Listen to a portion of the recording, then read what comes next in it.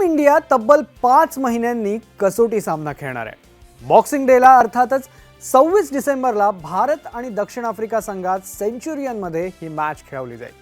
महत्त्वाचं म्हणजे रोहित शर्मा आणि विराट कोहली वर्ल्ड कपच्या त्या फायनल नंतर पहिल्यांदाच मैदानात उतरणार आहेत। त्यामुळे त्या दोघांच्या कामगिरीकडे क्रिकेट चाहत्यांचं लक्ष असेल। मंडळी, सध्या टेस्ट रँकिंगमध्ये भारत 1 नंबरवर आहे, पण महत्त्वाची गोष्ट अशी की ही सिरीज दक्षिण आफ्रिकेत आहे आणि दक्षिण आफ्रिकेत आत्तापर्यंत भारतानं एकही कसोटी मालिका जिंकलेली नाही। 1992 पासून आत्तापर्यंत दक्षिण आफ्रिकेत भारतानं 8 कसोटी मालिका खेळल्या आहेत। या 8 पैकी 7 वेळा पराभव तर 2010 सालच्या दौऱ्यातली मालिका अनिर्णित राहिली होती। त्यामुळे दक्षिण आफ्रिकेतल्या पिचवर यजमान टीमला हरवणं हे रोहित अँड कंपनीचं टार्गेट असेल। त्यामुळे दक्षिण आफ्रिकेला त्यांच्याच मैदानात हरवून भारतीय संघ आता इतिहास घडवणार का? याविषयी तुम्हाला काय वाटतं आम्हाला कमेंटमध्ये नक्की सांगा।